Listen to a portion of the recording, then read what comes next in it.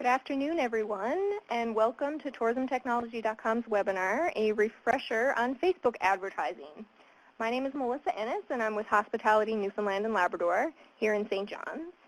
We're very pleased that you could join us today, and I would like to acknowledge participation from our partners in this project, the provinces of New Brunswick, Prince Edward Island, and Newfoundland and Labrador, and the tourism industry associations of each province, including the Tourism Industry Association of New Brunswick, the Tourism Industry Association of Prince Edward Island, and Hospitality Newfoundland and Labrador, and of course Tourism Atlantic, ACOA.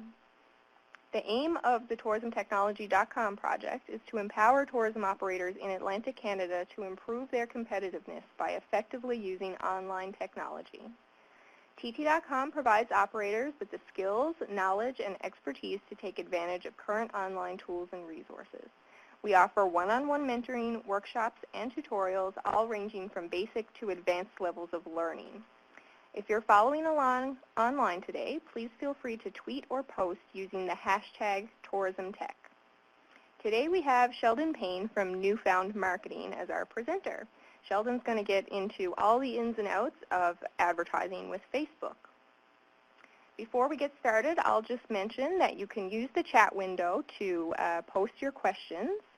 You can post them in there at any time throughout the presentation, but we will be saving questions for the end of the presentation. We'll have a question and answer period there.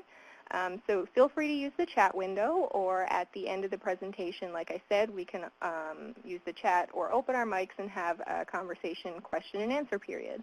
If you are on the phone, just a reminder to please press *6 to mute your phone line. Later, if you'd like to talk through the phone, you can press #6 to unmute. So without further ado, I'll pass it over to Sheldon to get started. Good afternoon, everyone. Hopefully everyone's doing well on this fine Wednesday afternoon. So we actually did this presentation, I think, a couple of years ago, and like most things in Facebook, there's constant change, and like most things in digital marketing, there's constant change. So today is all a little refresher for everyone, for businesses that have been advertising on Facebook, and for new businesses that have not been advertising on Facebook and feel like they want to advertise on Facebook a little bit more this year. So to give you a little background of who I am, my name is Sheldon Payne. I am the president of Newfound Marketing. We are a digital marketing agency right here in St. John's. We provide digital marketing strategies. We design websites for our clients. We help our clients with inbound marketing. We also provide search engine optimization solutions for our clients. We help a number of our clients with social media. And finally, we also do digital media management, which encompasses actually doing Facebook ads and Google ads and Twitter ads and YouTube ads and LinkedIn ads and pretty much any ad that you can do from a digital media perspective. As for myself, I've got 15 years now working in the digital marketing space, and for the purpose of today's presentation, if you want to tweet me any questions or you want to do any follow-up, you can find me on Twitter at Sheldon_Payne. And if Facebook is more of your flavor, then you can also follow me on Facebook, and that's just facebook.com/Sheldon.Payne. So let's get to it. So why should you advertise on Facebook? You know, if we look here, basically now we've got, the last time we did this presentation, that number was 900 million people who visited Facebook every day. That's now up to 1.15 billion. Although obviously they're not all here in Newfoundland and Labrador or across the Maritimes. But I think one of the key things is that the average time spent per Facebook visit is 20 minutes. So think about that. That's 20 minutes that people are dedicated to one platform. And the fact that most people visit Facebook more than once per day is another fantastic reason why you should be advertising on Facebook. 42% of marketers now are moving in to Facebook and making sure that it's very important for their business, as I'm sure some of you can attest to. The precise targeting that Facebook offers is probably not comparable to anywhere else. You know, we'll get to that through today's webinar. Facebook gives you the ability to attract new audiences. And finally, which probably most importantly, is that if you have been using Facebook for the last number of years, and you'll notice that when you make an organic post today, that the people that you actually reach is getting less and less. And more recently, over the last couple of weeks, Mark Zuckerberg, the founder of Facebook, has actually come out with a declaration to change the way that Facebook is working. And there's going to be changes coming to the algorithm. So basically what that means is that if you have a Facebook page, they're going to be showing less and less Facebook business pages in the Facebook newsfeed, and they're going to be showing more of people's friends and families. So what that basically means is that if you want to maintain a good Facebook presence, is that you're going to have to change the way that you approach Facebook, and advertising on Facebook is going to be a big part of that. So whether you're advertising on Facebook or you're just about to begin, there's a few things that you should do as a business to make sure that you're getting the most that you can for advertising on Facebook.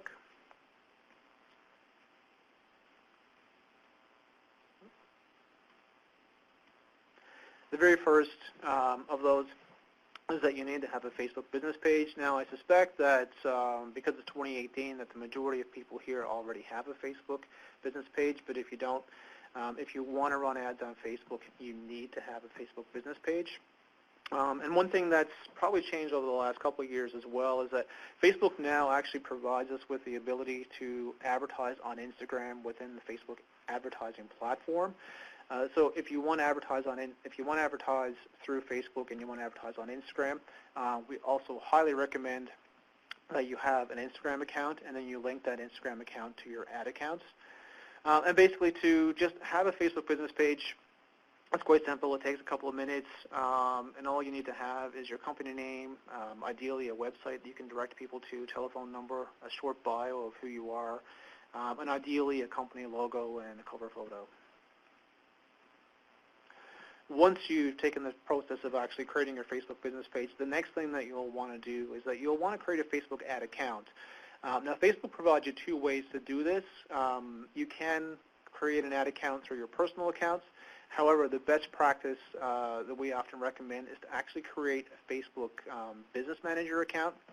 And what that does, it actually allows you then to be able to separate your personal account to your business account. So if you've got multiple people who may be working on your business, so maybe it's a consultant or maybe it's other employees or coworkers or whatnot that's working on your account, having a Facebook Business Manager account will actually allow you to be able to grant people access and not have access to your personal account as well. And we find there's a number of things that you want to do in the Facebook Business Manager account that's going to be able to help you. So once you've got your page created and you've actually went through the process and now that you have your ad account, the next best practice or something that you should do if you have a website is you should ensure that you get the Facebook tracking pixel installed on your website. So basically this is a small piece of code that you can have your web designer, or if you want, you can try to do it yourself. Facebook actually more often than not will actually provide you with a very good step-by-step process of installing the tracking pixel. And what the tracking pixel allows you to do is it allows you to be able to connect people who visit your website who are also then engaging on Facebook. And when that happens, then basically from there is it will give you the opportunity to create some different audiences, which I'm going to show you how you can do that in the next couple of minutes. So now that you've got your Facebook page created, you've got your ad account created, you've had someone set up your Facebook pixel, the next thing that you want to do before you get started with creating ads is that you want to pay attention to Facebook audiences. So Facebook provides you with three types of audiences that you can create. There is the Facebook saved audience. So basically, if you've created a Facebook ad in the past, you'll notice that when you're creating your ad, it'll give you the option to choose who you're targeting by location, gender, age, interest, et cetera, et cetera. Typically what we recommend is before you start any ad campaigns is that you want to go and perhaps create 2 to 3 saved audiences. These would typically be cold audiences, so people who you would think, like, if I were to have an ideal customer, this is who that ideal customer would be. So you would create 2 to 3 saved audiences. So therefore, when you go to create your campaigns, it's much easier to be able to have a default audience, so you don't have to go and kind of repetitively go and do the same audience over and over again. There's a drop-down, and you can just choose the saved audience. The second audience that Facebook allows you to create, which is probably one of the more important ones that you want to do, is to create custom audiences. So basically, it's just a targeting option that lets you find people who are already familiar with your business on Facebook and on Instagram. And if you have an email list, you can create a custom audience as well. Finally, probably an audience that's completely underutilized, I think, more often than not when it comes to Facebook advertising, is the Facebook lookalike audience. And what this is that, you know, you've got a saved audience or you've got a custom audience, and a lookalike audience is just exactly how it sounds. It allows you now to target people who are very similar to audiences that you're already targeting. So it's kind of a bit of the gap between like your cold audience that's in your saved audience and the custom audience that you already have a relationship with. As some best practices before you start doing your Facebook ad campaigns, a couple of the custom audiences that we highly recommend that you invest and create. The number one is website visitors. So now that you've got your tracking pixel in place, what that begins to do is that begins to collect data on everyone who's visiting your website, and it begins to create like an audience, and it will start. You'll have, you know, that if you've got a very highly popular website, then what you'll get is you'll see a couple of different options where you'll see the number of people that you can target who visited your website within the last 15 days. And you can set up another one for people who visited within the last 30 days, 1 year, 6 months, et cetera, et cetera. And an example of why you would want to do this would be perhaps during the summer months, for example. You may want to remarket to people who have visited your website within the last 15 days. So obviously, they're physically here, and if they want to engage with your business, then you can target to people that have only visited your website within the last 15 days, because perhaps they went to do a booking and they didn't complete the booking. So therefore, you can remarket back to those folks. The second group that we really recommend that you create a custom audience for are for people who have currently engaged with your Facebook page and also your Instagram account as well. This is great because sometimes not everyone who engages with your page are actually a fan of your page. So people who, again, some of the audiences that you would want to create here would be people who have engaged perhaps with your post within the last year, within the last 6 months, or within the last 15 days. And what we find really helpful is, especially on the Instagram side, so on your Instagram account, if you've got people who are really engaging with your account over on Instagram and you want to make sure that you can bring those people over to your Facebook account, then creating the custom audience for the 1 year, 6 months, 15 days, et cetera, those are great opportunities to bring those Instagram platform users over to Facebook platform users. The next custom audience that you will probably want to invest in if you are doing any video marketing at all is to remarket to people who view your Facebook videos.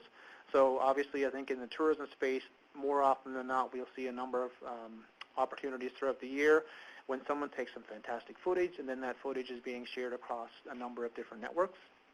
And so we get a lot of people that are viewing your videos. So what you can do is you can actually use this custom audience and retarget people who actually watched your video in the past who may or may not already be a fan of your Facebook page. The next audience that we would recommend would be to create perhaps 2 to 3 different saved audiences. Typically, these are what we call cold audiences, or people who you think would be the demographic that you want to target, and that could be by people in a certain location, that could be by people who fit within a certain demographic. And Facebook also allows you to target by interest. So an example that you might want to do this time of year would be that that people are right now currently doing planning for their vacations. So perhaps what you want to do is you want to create a couple of different saved audiences that might be in the Ontario market, or it might be in different parts of Canada, it might be in the northeastern U.S. So those are some of the cold audiences right now for people that are looking to book travel or are coming to Newfoundland, and those are some of the people that you just want to attract, people who might not be familiar with you. So you want those in your saved audiences. And finally, you'd want to have your lookalike audiences as well. So basically what you want to do is for every audience that we've created here, the website visitors, the engagers, What we want to do then is we want to create a lookalike audience for each. So basically, it's going to be able to help you narrow down some of those people that are currently familiar with your business, and these lookalike audiences are people who are very similar to that business. The last custom audience that you may want to use is that if you've got a really large email list, whether it's in MailChimp or Constant Contact or Aweber, or you just have a large email list, what you can do on Facebook is that you can actually use this email list, import it into Facebook, and Facebook will match those email addresses with users. And if you want to create custom campaigns for people that are already in your email list, then you can go ahead and you can do that. So now that we've got our page created, we've got our ad account set up, we've set up our Facebook tracking pixel, and we've created our audience, the next step that we want to have in place is we want to move ahead with creating our campaigns. So the way Facebook set up campaigns, they really changed this process over the last number of years, is that in the past there would be like a different format, but now they come out with a very similar process that Google, if you're familiar with the Google AdWords platform, they have a very similar process. So you start with your account, or you'll start with your campaign. And basically within your campaign, you're going to have your objectives, so whether that's a traffic objective, an engagement objective, or a conversion objective. And then once your campaign is created, then the next thing that you'll want to do is you want to create your ad sets. And this really is the meat of your Facebook advertising ads. And this is where you kind of choose your targeting, where you set your budget, and where you want your ads to appear. And finally, once you have your campaign in place, your ad set in place, and then you want to create your ads, and this is where you can really get into testing, your different calls to actions, your different images, whether you want to do an image post versus a video or video text. So then you'll have your ad sets in here. So now that we've got all that in place, we want to go ahead and we want to create our first ad. So Facebook has really kind of changed the way they've approached this as well, and they've broken it down into three key areas. The first being awareness, consideration, and conversion. For the most part, the awareness section, like the brand awareness and the reach, those are probably not a campaign objective that you will ever want to use. More often than not, these are probably used for bigger brands, and they just really want to kind of be out in front of you. I think for the most part, most organizations and companies that I've ever dealt with usually don't want to use the brand awareness. They'll want to move into either the consideration or the conversion of the two options.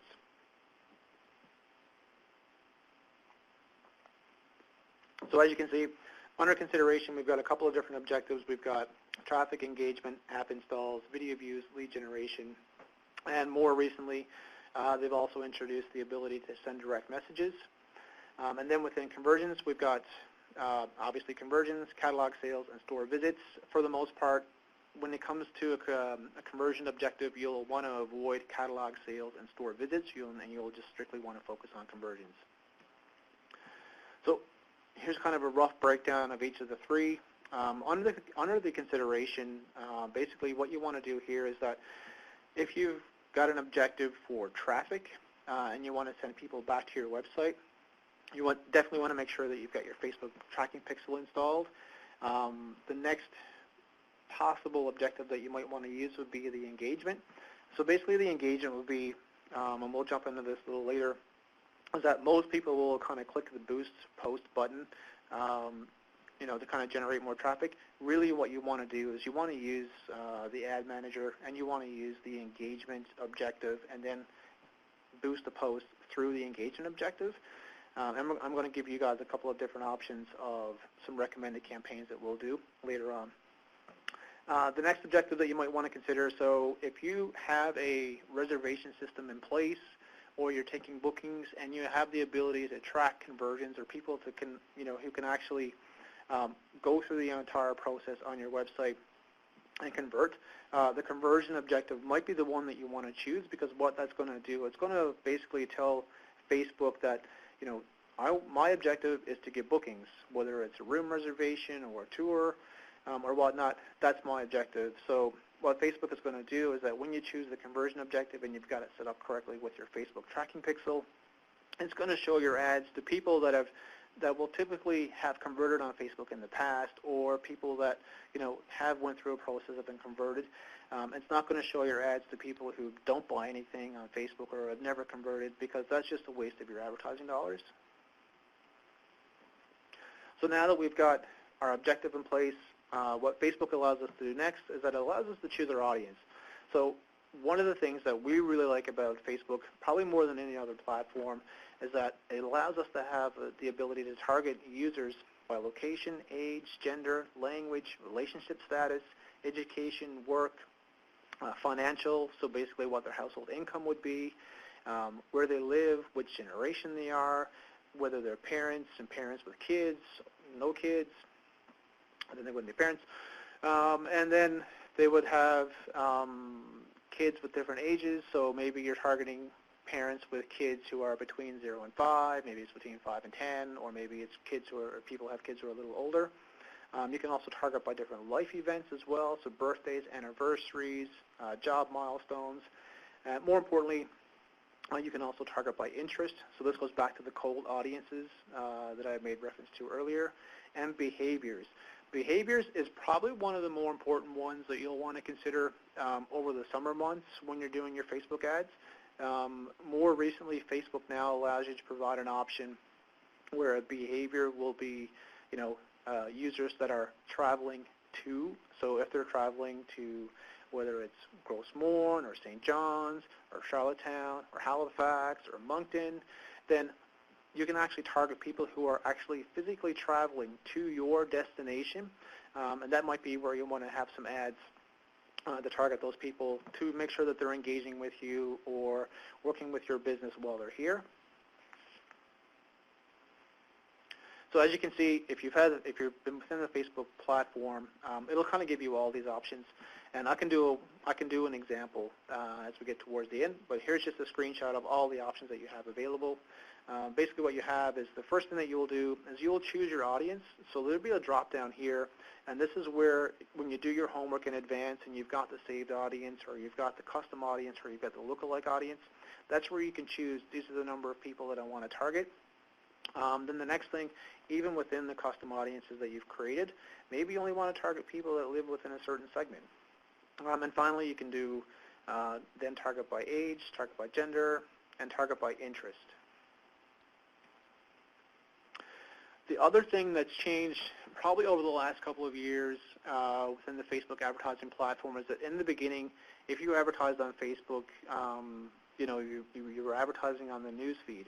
And now Facebook has kind of expanded the opportunities that they allow you to expand on. So right now, if you're advertising on Facebook, one of the things that we recommend is that you break up, your ad sets that you've done before, and you break them up into different parts, because sometimes you don't want to advertise on, say, the Instant Articles, or maybe you don't want to advertise on Instagram. If you don't have an Instagram account, I highly recommend that you don't advertise on Instagram, by the way.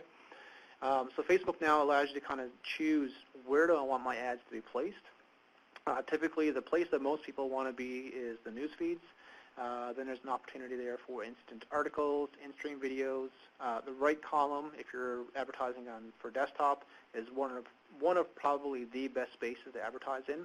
Typically, there's a very low cost there, not for conversions, but great for branding. It also allows you to advertise on Instagram.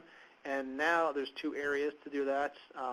There's the Instagram feed. So we've all seen ads that are on the feed. And more recently, Instagram has allowed us now. So if you're an Instagram user and you're familiar with Instagram Stories, Facebook now allows you to advertise on Instagram through Instagram Stories. And now that Facebook has Facebook Stories, I'm sure the next time that we would see a slide like this, we're going to have the option to also advertise on Facebook Stories. In addition to advertising on the Facebook platform itself, Facebook also has partnerships with other websites, so you can place your Facebook ads, and they will actually place those ads on some of their partner websites. And also finally, probably one of the newer spaces that Facebook has introduced an option for you to have your ads is on Facebook Messenger. So anyone that uses the Facebook Messenger platform, I'm sure that now you will notice that you'll have probably your top 2 messages, and then you'll begin to see a couple of different sponsored message types, one being in the home space and the other one being in the sponsored message space. So here's kind of a quick look in terms of what these would look like. Obviously, the newsfeed is the newsfeed, and that's typically broken up into the desktop newsfeed as well as the mobile newsfeed. From our recommendations and what we've seen over the last couple of years is that if you're looking to convert, say this time of year for people that are out of market who are looking to come here, what we often recommend is to probably spend your money on the desktop feed versus the mobile feed. Based on some of the accounts that we've worked on, we noticed that while we can get a lot of traffic to the mobile site, more often than not, the mobile doesn't convert as well as the desktop. So if you have the option to choose between a desktop and a mobile, try to go desktop first and see if that converts.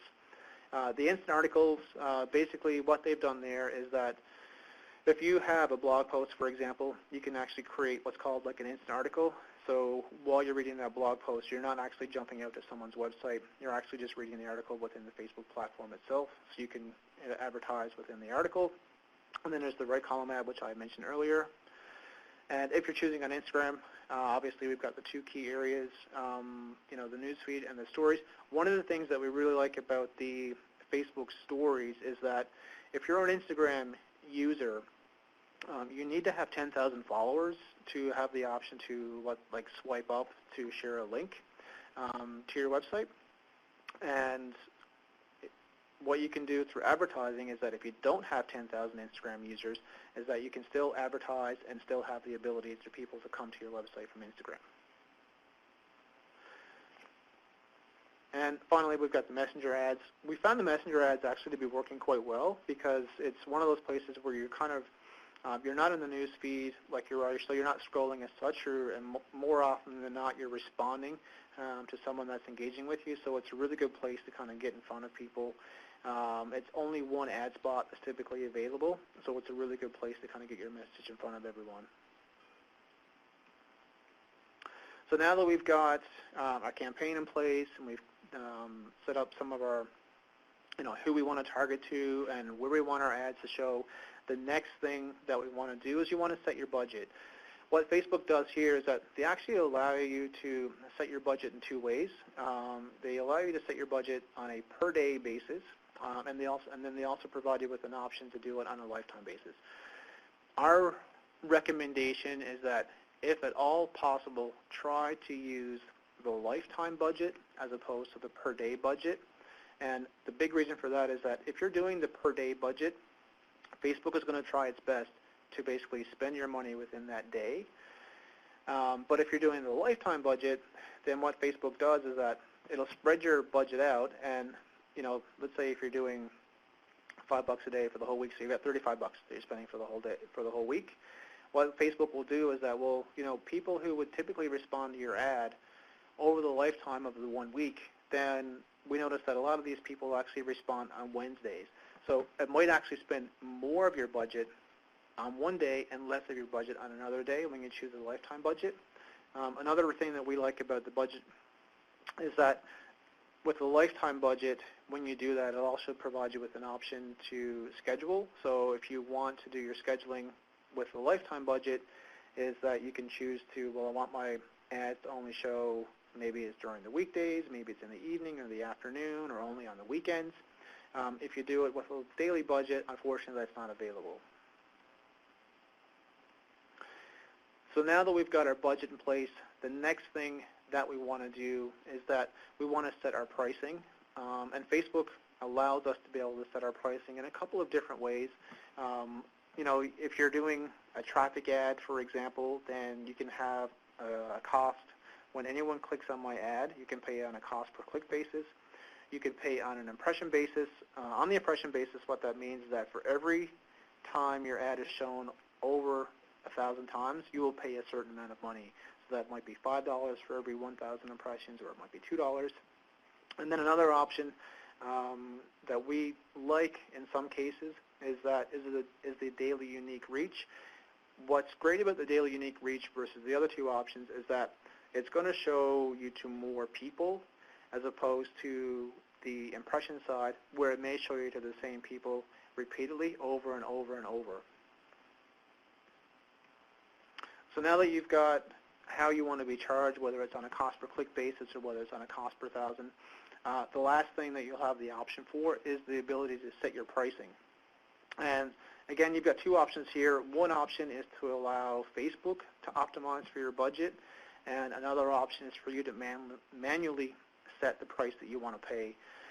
Typically what we like to do here is that we like for Facebook, at least for the first probably 1 to 2 days, is to take over the optimizing. Because what that does, it actually allows us then to get an idea of where our manual values might be. And then after 1 or 2 days, we'll actually then go and switch our pricing from being optimized by Facebook to us actually doing the optimizing itself. Because we often find what will happen, especially for accounts that are where we're not managing an account but just more looking at the reports, is that when people do manual bidding, their goal is to set the budget to be as low as possible, and then they'll ask questions in terms of, well, we're not getting anyone actually looking at our ads, and when you look at the manual pricing, you'll notice, well, you're only willing to pay 50 cents per click, but Facebook is suggesting that you pay $1.25. So sometimes it's nice to let Facebook do the optimizing in the beginning, and then for you to make adjustments as you move forward. So now that you have all those things in place, the next thing that you want to do, or one last tip here, is that this is an advanced option, and sometimes I wouldn't really worry about these two. There's a delivery type where there's standard and accelerated. Basically, a standard is that Facebook will take your budget and they'll kind of show it over a full period of the day. If you choose accelerated, what will happen at that point is that you will tell Facebook, like, spend my money as fast as possible. So it doesn't necessarily mean that you're going to get the best results. All you're telling Facebook is that you want to spend your money very quickly. Sometimes we will see this in a retail environment where people have a sale on and they want to spend their budget very fast and trying to see what kind of results they get. But for the most part, we often recommend just sticking with the standard option. So now that we've got our ad set in place, the very last thing that we want to do to create our ad is to choose our creative. Again, Facebook has changed the number of options that are now available from the creative perspective. You can choose a carousel where you can have multiple images.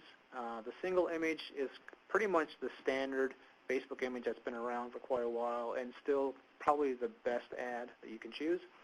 If you have a video, you can also choose to upload your video there, slideshows, and a collection. And then for more advanced users, what you can do is that Facebook also provides an option, like it's a full screen experience. What that means is that instead of people leaving and jumping out to a website, Facebook actually has like 3 to 4 different templates that you can go and you can create. You can add in your own video, your own copy, and then people will actually engage with your ad within the Facebook platform itself. That's not an option that we would typically recommend for the most part.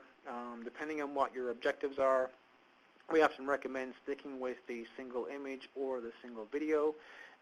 However, if your purpose is more to convert, what we often recommend is actually just stick with a single image and not to use video. But if you did want to use video, one way that you could possibly use it is you could put a Facebook video ad out in the marketplace, pay to get a lot of views, or get a number of views, and then when those views are taken, you can go back, you can repurpose that custom audience that you've created with the engagers, the people who've engaged with your video, and then you can come back a second time and remarket to those people with a single image ad on Facebook. So again, here's what our Facebook single image and video ad looks like. Here's what the multiple image and the carousel ad looks like. Here's ad specs. So you're going to have a copy of this, and we can send out copies of this to everyone, so you can kind of add the ad specs that you will need for each of the different ad types. The thing that you want to do next is that when you're doing your ads, if you are directing people back to your Facebook account, one of the things that we highly recommend is that within your website, if you've got a Google Analytics added to your website, what you can do is you should be tracking your marketing campaigns. So there's a link here, and basically it's like a campaign URL builder. And what it does is that it allows you to tell Google Analytics that when people are clicking on my Facebook ads, that you can actually see what's coming from a Facebook ad versus what's coming from an organic post. So what you want to do here is that the website URL, so wherever you're going to be sending your, your potential customers, you can use the website URL. Ideally, this would not be like your home page. You would want to send people directly to a specific landing page with a specific action. The campaign source, this is where you would include Facebook, always in lowercase. The campaign medium, so here, what you would typically see here, that in Google Analytics, you would see an option for social. What we recommend is that you would change that to either CPC or banner, and that's going to separate the ads and your organic post. So you'll know, like, this is coming from Facebook, but this is from an ad that we're sponsoring, or this is coming from an Instagram, and it's coming from an ad that we're sponsoring, and it's not coming from an organic post or a post that we typically post out. So once you've got your ad ready, what you want to do is, when you see this screen, the very first thing is that it's going to ask for the website URL, so you want to put that here. What you'll notice in the second kind of box there, so this is a campaign that we typically will run for to attract web design customers, and you'll notice that we've got our tracking URL campaign there, and what you'll see is that you'll have the domain name, and then anything after the question mark where you'll kind of see like the UTM and the source, and you'll notice that we've got Facebook, the campaign as like our web design campaign, and you'll notice that then we've got the UTM or the medium as CPC, so this shows up in our analytics completely different than anyone that would just come naturally from our Facebook ads. The next space that you have available is your text. Things to keep in mind here when we talk about the different ad placements that exist, so whether you want to do an ad that exists for a mobile feed or you want to do an ad for a desktop feed. If you're doing mobile, typically you want to use 90 characters because there's not much space on the mobile feed, whereas like if you're doing a desktop ad, you've got about 500 characters that you can use. So that's something you want to keep in mind. Your headline, as you can see over on the right-hand side, so are you happy with your website? That's the headline. You've got about 25 characters there. This is an area where you definitely want to have your call to action. The next thing that you have is that Facebook now provides people with a call to action button. Anything that you're doing online, people like buttons. They really love clicking on buttons. So they want to encourage you to click on those. And what you'll see is that there's a couple of different actions that Facebook kind of has customized ones already. There is the learn more, perhaps it's a sign up, maybe it's a buy now, maybe it's a purchase. So there's a number of different drop downs that you can choose for your call to action button. The last thing that you'll see on the very bottom is the news feed link description. So if you're using a URL from your website, and let's say that website is not optimized for search engines, what Facebook will do, it'll actually just pull in what's called the meta description. And if you don't like the description that Facebook pulls in, then you can actually go and change it here. So basically what it's doing is just giving you a little extra space where you can write some additional copy to entice a user. We often sometimes see that this space is not being optimized, and you'll see it might be something that's broken. You might see someone's address in there, but it's not completed. And I often find that this doesn't kind of really fully translate into what a nice professional looking ad should look like. And that's it. So those are some of the things, just to kind of walk through the entire process of what your ad should look like. So now your ad's been placed, and I'm sure many of you have kind of went through this process.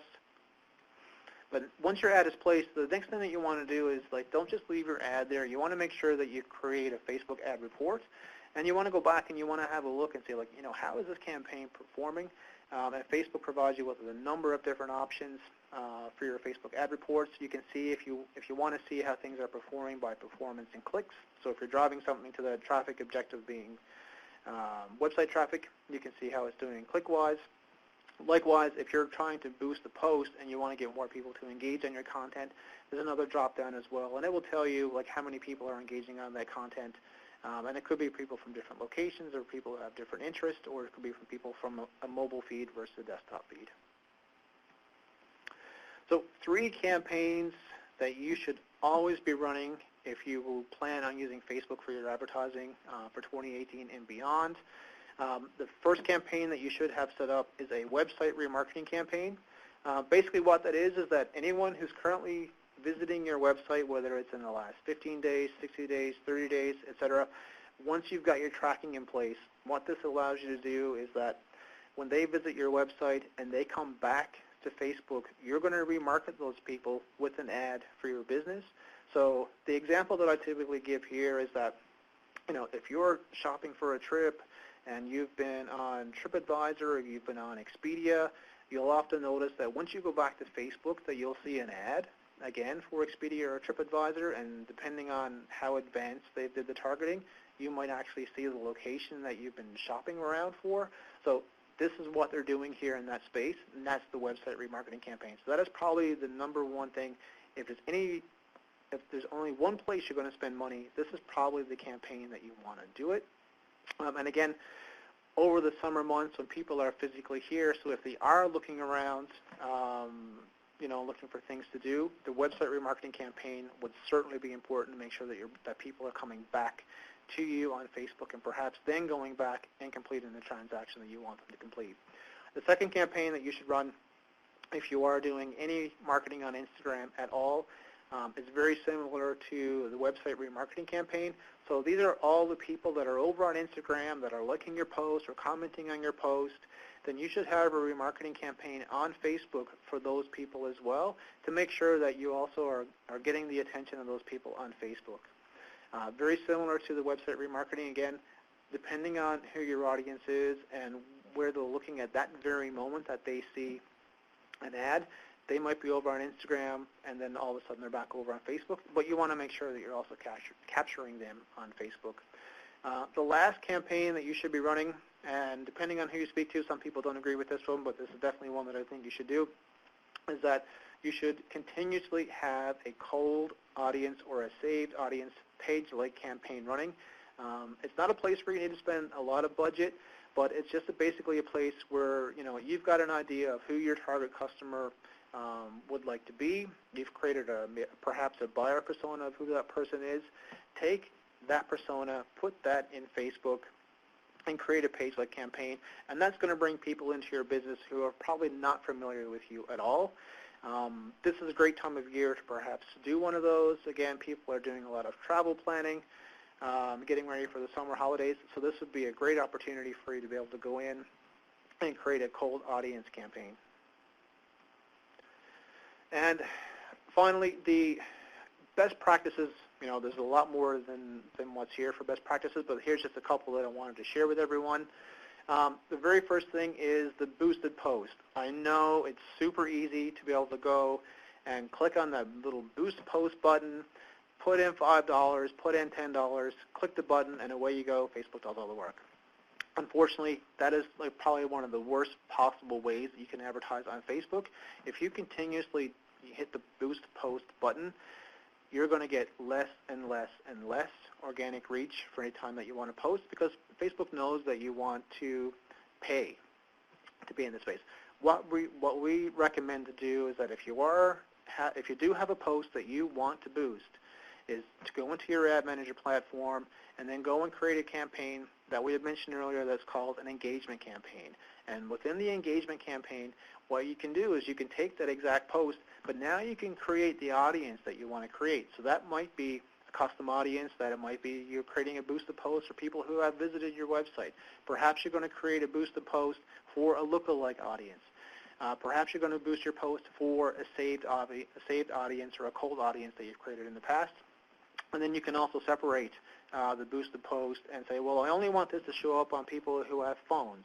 So as an example, if you have a video that you want to post, when you're doing the engagement post, because you want to get more people to see your video, one of the things that we would highly recommend is that there's an option in the very bottom for mobile users, and basically only show videos to people that are connected to Wi-Fi. Otherwise, what you're doing is that people are kind of using their data plan on LTE to watch videos.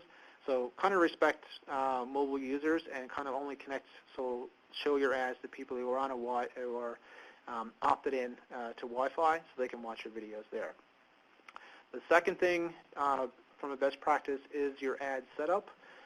Again, typically when we create campaigns, what we often recommend is that instead of creating like just one campaign and one ad set, we typically will break down a campaign, and then within the campaign we will have an ad set. One ad set's created for mobile users and another ad set's created for desktop users.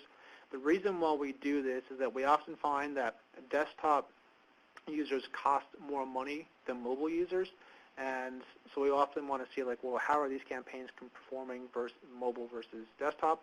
And also, when we go back to the way we were creating the ads earlier, you'll notice that for the text that you could use for a mobile ad versus the desktop ad, we recommended 90 characters. So you want to make sure that you're tailoring your ads for the user. Otherwise, what's going to happen is that it doesn't look completely professional, or there's a piece of content, so someone's reading a sentence and there's like ... and then it kind of breaks up from there. So that's kind of a best practice that we often recommend. And also, maybe you want to target your ads for different locations. So how are people in Ontario performing versus people that are in, maybe the northeastern U.S. or maybe the West Coast, or maybe it's different countries. So those are all things how you want to break up your ad sets. Finally, you also want to be thinking about testing.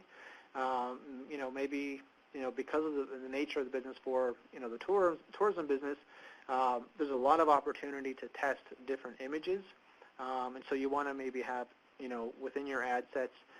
Typically, what we recommend is to always have 2 ads running. You want to, so you can do some split testing and see how one ad is performing against the other. And then you'll have, after running it for about a week to maybe 10 days, you'll have a winner. And then you always want to have someone to challenge the winner, and that's going to help you be able to create more conversions. You want to test also different ad formats, different copy, call to actions. So if you recall back on the advertising side, there was an option where you could do a call to action button for learn more. So one simple test that you can do is one ad's going to be learn more, and the next ad might be contact us, and see which one gets more clicks.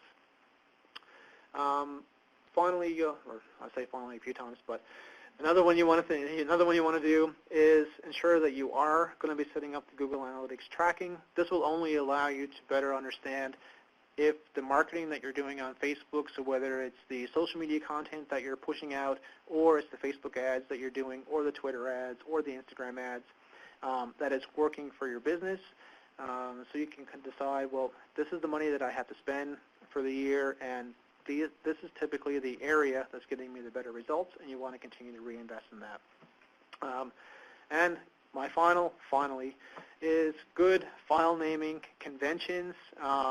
As you begin to do more and more Facebook ads, having a good file naming convention put in place when you begin to do your ads can be super helpful. One example that you might want to use is the audience type. So this would be an example where you might have the saved cold audience, you might have a lookalike audience, you might have Facebook engagers, website visitors. Then you want to change that within your ad sets to the placement, so it might be website visitors, desktop feed, and then you might have an ad type, and that ad type might be a video, or it might be an image. So that's it for me. That's a lot of talking on my side. So now I want to hear from you guys. It's a lot to take in, and we've got a few minutes for some questions. So if you have any, please fire away. Wow, that was a lot of information. But really valuable stuff, and a lot of good tips for people who, whether you've been using Facebook ads for a while and didn't realize that, some of the tips that you have for getting things to perform a little bit better, or if you're brand new to Facebook advertising, for example, the pros and cons of using the boost post option as opposed to creating an actual ad campaign and engaging your users the other way. So guys, feel free to use the chat window to ask your questions. If you're on the phone, you can press #6 to unmute your phone line and ask a question over the phone. So I see a few people are typing there.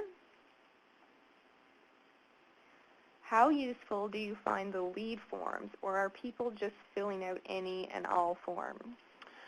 Yeah, good, excellent question. I often find, I understand it's really easy to create the generation lead forms, but typically what I often recommend is that if you can push people back to your website, that's probably the best place that you can do it, as opposed to only having people do it, that is filling out forms in the Facebook platform. By sending people back to your website to complete a form, if possible, what that allows you to do is to be able to remarket people back to Facebook or even Instagram if you want. By sending people to your website, it will also allow you then to remarket through Twitter if you want, or if you use the Google Display Network and you want to run a remarketing campaign, also important to be able to send it back through there. And then typically if you're going to use the forms, then you're collecting their email address as well, and that email address will go into, more often than not, you can use that to put into like your MailChimp account or your Constant Contact account, which then you can later use that email to, whether it's for the purpose of perhaps a sale or a newsletter. So that's what I would use. I would use the forms in that manner. So while people are just getting their questions straightened out there, Sheldon, I have one for you. What do you guys do when you're creating an ad? Do you have any tips or websites that you use, tools that you use to actually create the visual portion of that ad, whether it be kind of like a clip art image, or if there's stock photography and everything. But if you look at the screen right now, the image you created here, where you have a tablet, a mobile phone, and a laptop kind of like icon image here. There are ways that people can create those on their own and use them in, whether it's in their advertising or in a regular social post. Do you have any tips of where people could go to create those types of images? Yeah, one word, Canva, canva.com. Canva is an amazing platform. We love it. Like, we use it for a lot of the social content that we use. And what it allows you to do, especially if you're doing anything in social media, not even social media, even just for your entire business, it gives you kind of like some set dimensions. So if you want to run, if you want to do a Twitter post, an Instagram post, or a Facebook ad, or even if you want to create a brochure or create a logo, you want to have a thumbnail for your YouTube account, Canva actually has all these kind of preset dimensions in place, and they also give you like some sample layouts. So on the free account, you can get some sample layouts, and it'll just kind of give you some suggestions.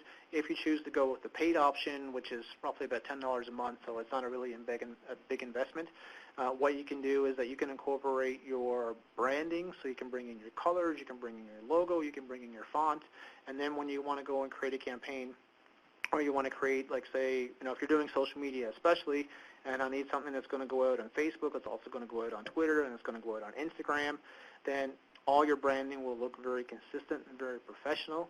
There's some free stock photos that you can use that's in Canva.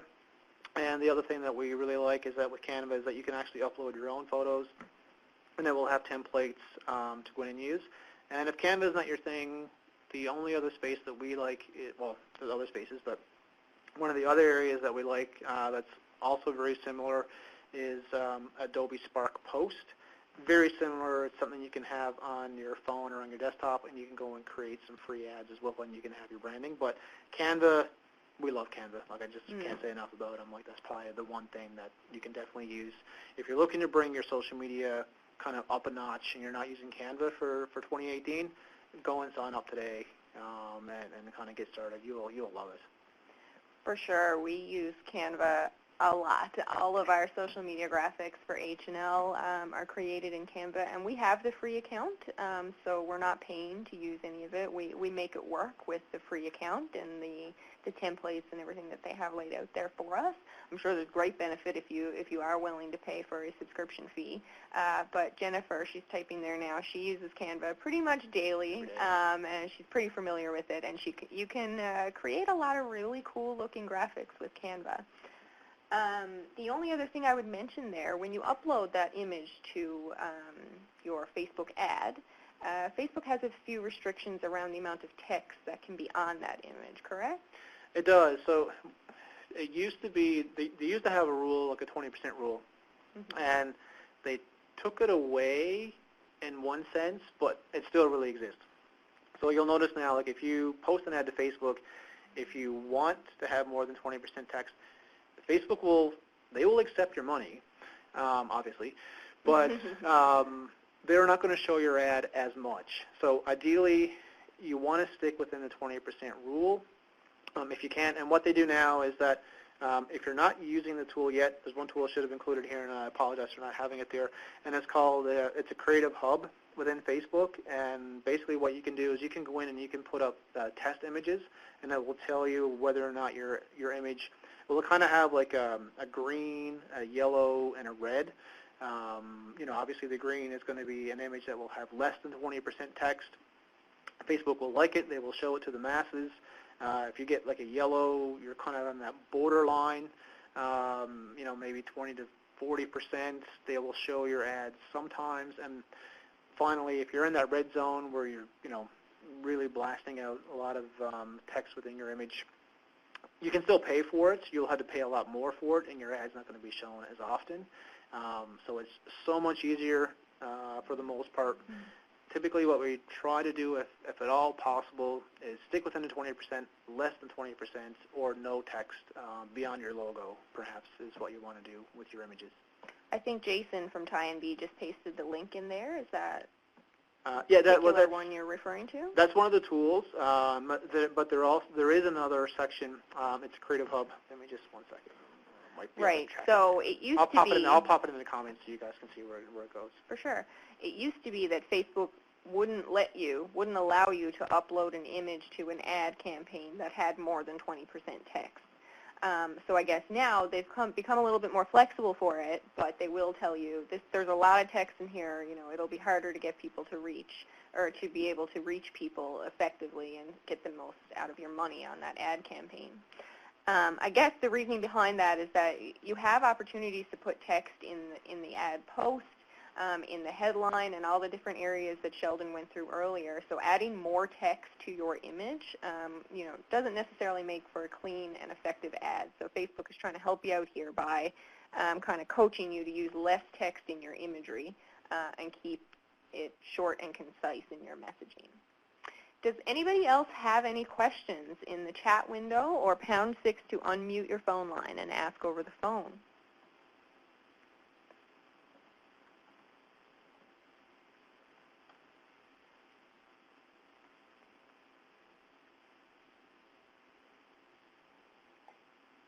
So there's some links in the chat window there, and when Jennifer follows up after the webinar to participants, she'll include all of those links in that follow-up email as well.